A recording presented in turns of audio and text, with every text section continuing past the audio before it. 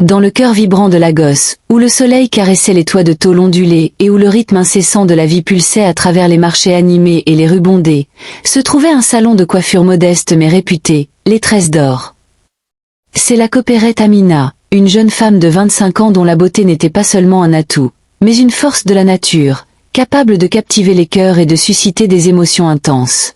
Amina n'était pas simplement belle, elle était l'incarnation d'une grâce angélique, une vision qui laissait une impression indélébile sur quiconque croisait son chemin. Ses yeux, d'un brun profond et lumineux, étaient encadrés de longs cils qui projetaient des ombres délicates sur ses joues hautes.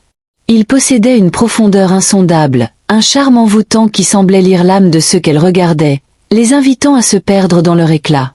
Quand elle souriait, ses yeux pétillaient d'une joie authentique, illuminant son visage et révélant une rangée de dents parfaitement alignées, d'une blancheur éclatante. Sa peau, d'une clarté lumineuse, était d'une douceur et d'une uniformité parfaite, sans la moindre imperfection. Elle semblait irradier une lumière intérieure, un éclat naturel qui la distinguait. Les hommes, en particulier, étaient fascinés par cette toile immaculée, rêvant de la caresser, de sentir sa texture soyeuse sous leurs doigts. C'était une peau qui racontait une histoire de pureté et de soin, un témoignage de sa jeunesse et de sa vitalité. Mais ce n'était pas seulement son visage qui attirait les regards. Amina possédait une forme physique à couper le souffle, des courbes généreuses et harmonieuses qui épousaient parfaitement sa silhouette élancée. Chaque mouvement était une danse fluide, une démonstration de grâce naturelle. Ses hanches se balançaient avec une élégance innée, ses seins se dessinaient sous ses vêtements avec une promesse de douceur, et ses jambes longues et musclées la portaient avec une assurance tranquille. Elle marchait avec une dignité royale, consciente de l'impact qu'elle avait, mais sans jamais en abuser. Ses cheveux, tressés avec art en de magnifiques coiffures africaines, étaient une couronne de gloire. Qu'il s'agisse de nattes complexes, de tresses sénégalaises ou de chignons élaborés, chaque style mettait en valeur la richesse de sa chevelure et la finesse de son visage. Ces tresses n'étaient pas seulement une mode, elles étaient une expression de son héritage, un symbole de sa force et de sa beauté culturelle. Elles encadraient son visage avec une élégance qui rehaussait encore plus ses traits délicats, attirant l'attention sur la perfection de son profil. Au salon, Amina était une véritable artiste. Ses mains agiles transformaient les cheveux les plus rebelles en œuvres d'art, et ses clientes repartaient non seulement avec une nouvelle coiffure, mais aussi avec un sentiment de renouveau, touché par sa gentillesse et son professionnalisme. Mais au-delà de ses compétences, c'était sa présence qui magnétisait. Les hommes de la ville, des commerçants prospères aux jeunes étudiants, des chauffeurs de taxi aux hommes d'affaires en costume, tous semblaient trouver une excuse pour passer devant les Tresses d'Or. Certains venaient pour une coupe rapide, d'autres pour simplement la saluer, et beaucoup d'entre eux, sous le prétexte d'attendre une amie ou une parente, restaient des heures, juste pour le plaisir de la regarder travailler, d'entendre le son mélodieux de sa voix, ou de capter un de ses sourires fugaces. Les cadeaux affluaient. Des foulards en soie colorée, des bijoux scintillants, des parfums exotiques, et même des propositions de mariage, souvent maladroites mais sincères. Amina les recevait avec une politesse respectueuse, un léger sourire sur les lèvres, mais sans jamais donner de faux espoirs. Elle était consciente de l'admiration qu'elle inspirait, mais elle restait humble, concentrée sur son travail et sur sa vie simple. Cependant, cette adoration masculine, aussi flatteuse soit-elle, ne passait pas inaperçue. Dans l'ombre de sa gloire, une graine de jalousie commençait à germer parmi ses collègues et amis du salon. Elles aussi étaient belles, talentueuses et travaillaient dur, mais aucune ne recevait le même niveau d'attention, de dévotion ou de cadeaux. Les regards envieux se multipliaient, les murmures commençaient à circuler, et l'atmosphère autrefois chaleureuse du salon commençait à se teinter d'une froideur subtile. Amina, dans son innocence et sa pureté, ne le réalisait pas encore pleinement. Mais sa beauté, loin d'être une bénédiction unanime, était en train de devenir une source de discorde, un catalyseur pour des émotions sombres et destructrices. La scène était prête pour un drame où l'admiration se transformerait en envie, et où la beauté angélique d'une femme serait mise à l'épreuve par la noirceur des cœurs humains. La ville de Lagos, avec ses 1000 visages et ses millions d'histoires, s'apprêtait à être le théâtre d'une saga où la jalousie et l'envie joueraient un rôle central, menaçant de consumer la lumière d'Amina. La beauté d'Amina, telle une flamme vive, attirait les papillons mais brûlait aussi les ailes de ceux qui s'en approchaient trop. Au sein même du salon Les Tresses d'Or, l'admiration qu'elle suscitait chez les hommes commençait à se transformer en un poison lent et insidieux, distillée par les regards et les murmures de ses collègues. Ces femmes, avec qui Amina partageait ses journées, ses rires et ses confidences, étaient désormais les premières victimes de cette jalousie rampante. Il y avait Aïcha, la plus ancienne du salon, dont les mains expertes avaient tressé des milliers de chevelures. Elle avait vu défiler des générations de coiffeuses, mais jamais une telle ferveur masculine n'avait entouré l'une d'elles. Aïcha, qui avait toujours été respectée pour son talent, se sentait désormais éclipsée. Ses clientes, autrefois fidèles, commençaient à demander Amina, attirée non seulement par son habileté, mais aussi par l'aura de popularité qui l'entourait. Les compliments qu'elle recevait étaient devenus rares, remplacés par des questions sur Amina, sur ses secrets de beauté, sur les hommes qui la courtisaient. Un jour, alors qu'un client particulièrement insistant offrait à Amina un bouquet de roses rouges, Aïcha ne put s'empêcher de lancer un regard noir, ses lèvres pincées en une fine ligne. « Certaines personnes ont de la chance, n'est-ce pas ?» avait-elle lâché à voix basse, sans regarder Amina, mais en s'assurant que ses paroles soient entendues. Le ton était empreint d'une amertume à peine voilée. Puis il y avait Fatima, une jeune femme à peine plus âgée qu'Amina, dont la beauté était plus discrète, mais non moins réelle. Fatima avait toujours rêvé d'attirer l'attention des hommes de la ville, de recevoir des cadeaux, d'être courtisée. Elle avait essayé, s'était parée de ses plus beaux atours, avait ri plus fort, avait flirté avec audace, mais rien n'y faisait. Les regards masculins, même les plus furtifs, glissaient sur elle pour se poser invariablement sur Amina. Fatima se sentait invisible, transparente, une ombre dans la lumière éclatante d'Amina.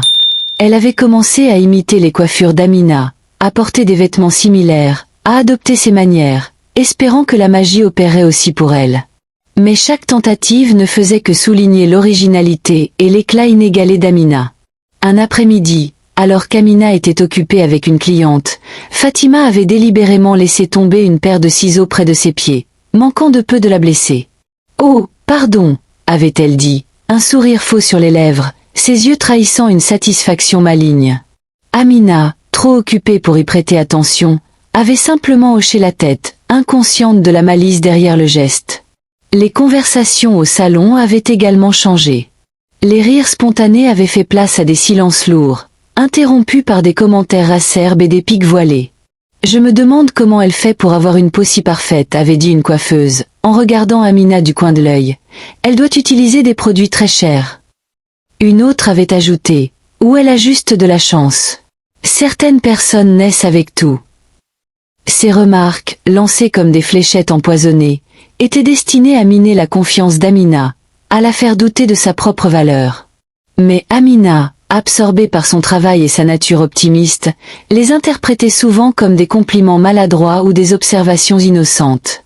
Elle ne voyait pas encore la noirceur grandissante dans le cœur de ses amis.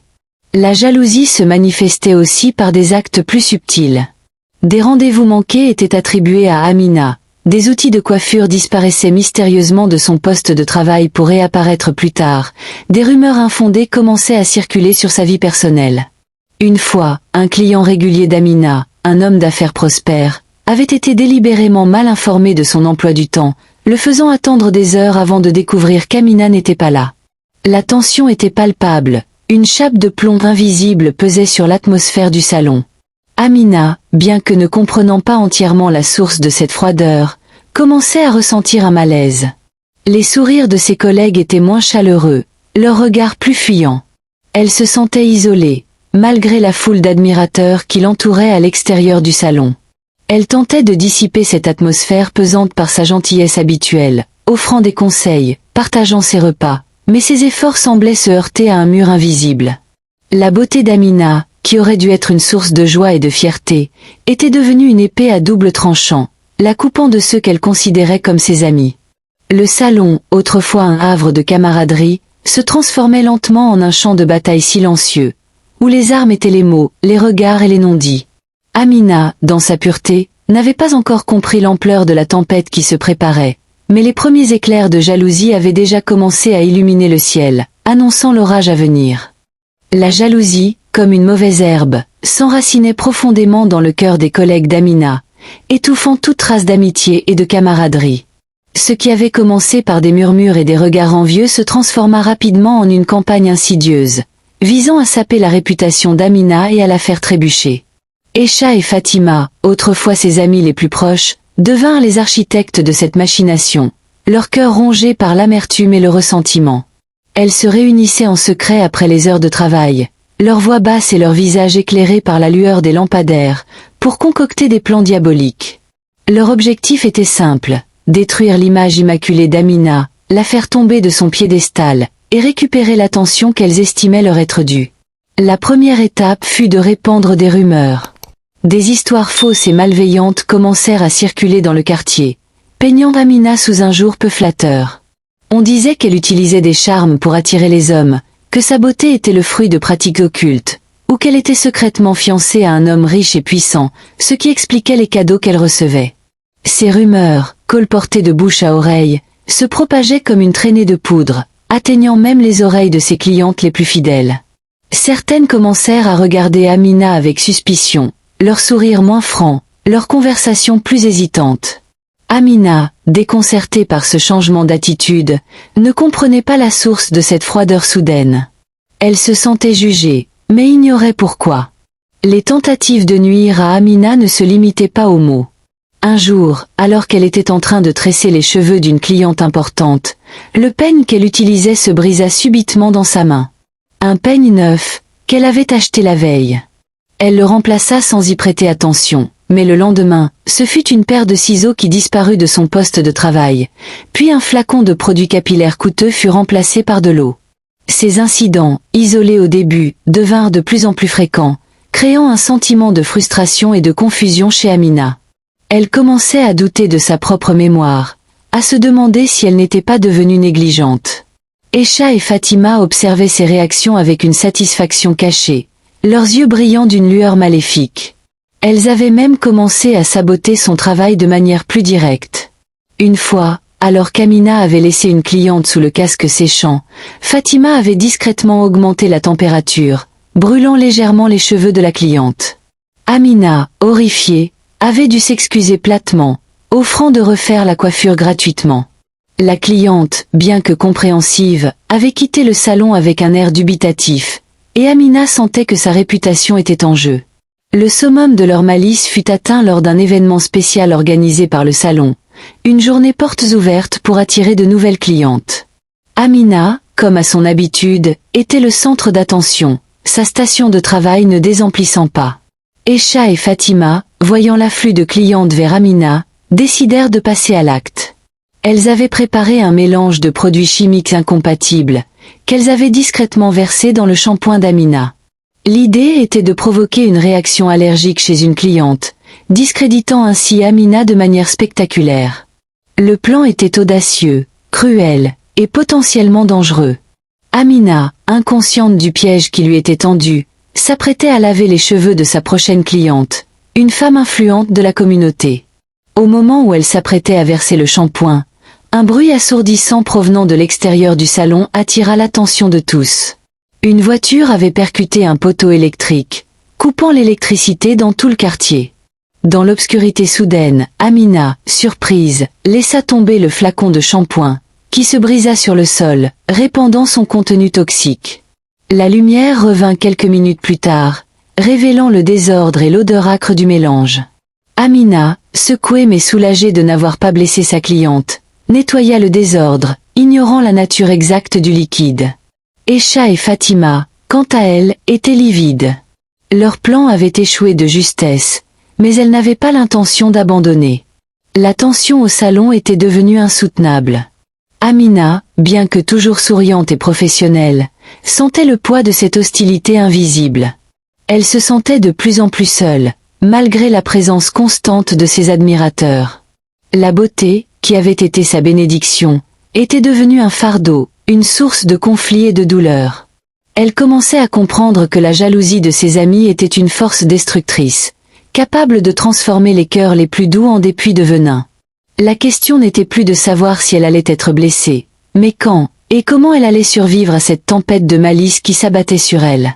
Le salon, autrefois son refuge, était devenu un champ de bataille, et Amina, la beauté angélique, était au centre d'une guerre silencieuse, dont les enjeux étaient bien plus grands que de simples tresses et des compliments masculins. Le destin, parfois, intervient de manière inattendue, révélant les vérités les plus amères au moment où l'on s'y attend le moins. Pour Amina, cette révélation prit la forme d'une conversation entendue par hasard, un fragment de dialogue qui brisa l'illusion de son monde et exposa la noirceur des cœurs qu'elle avait cru connaître. C'était un après-midi pluvieux, le salon était exceptionnellement calme, la plupart des clientes ayant été dissuadées par l'averse torrentielle. Amina, ayant terminé sa dernière cliente, s'apprêtait à ranger ses affaires. Elle entendit des voix étouffées provenant de l'arrière-boutique, là où Aïcha et Fatima avaient l'habitude de prendre leur pause. Normalement, elle n'aurait pas prêté attention, mais un mot, son nom, prononcé avec une intonation venimeuse, la figea sur place. Elle s'approcha discrètement, son cœur battant la chamade, et tendit l'oreille. « Je te dis, ce n'est pas juste !» s'exclama Fatima, sa voix pleine de ressentiment. « Elle a tout, la beauté, les hommes à ses pieds. Et nous devons nous contenter des miettes. Et ce stupide accident avec le shampoing. Si seulement l'électricité n'avait pas coupé. » Aïcha répondit, sa voix plus calme mais non moins acérée. « Patience, ma chère. La roue tourne. Elle ne restera pas longtemps sur son trône. Les rumeurs font leur effet, et bientôt, personne ne voudra plus d'elle. Nous devons juste être plus intelligentes la prochaine fois. » Amina sentit le sang se glacer dans ses veines. Le shampoing, l'accident, les rumeurs. Tout prenait soudainement un sens terrifiant. Ce n'était pas de la malchance, ni de la négligence de sa part. C'était un complot, une machination orchestrée par celles qu'elle considérait comme ses amies. Les mots résonnaient dans sa tête, chaque syllabe un coup de marteau sur son cœur. Elle se rappela les regards fuyants, les sourires forcés, les incidents étranges, les outils disparus. Tout était clair maintenant. La douleur était physique, une constriction dans sa poitrine, une brûlure derrière ses yeux. Elle avait toujours cru en la bonté des gens, en la sincérité de leurs intentions. Cette trahison était une blessure profonde, plus douloureuse que n'importe quelle blessure physique. Elle recula silencieusement, ses pas étouffés par le bruit de la pluie. Elle ne pouvait pas les affronter, pas maintenant. La colère montait en elle, une colère froide et implacable, mais elle était submergée par un sentiment d'incrédulité et de chagrin. Comment avait-elle pu être si cruelle, si jalouse, si malveillante?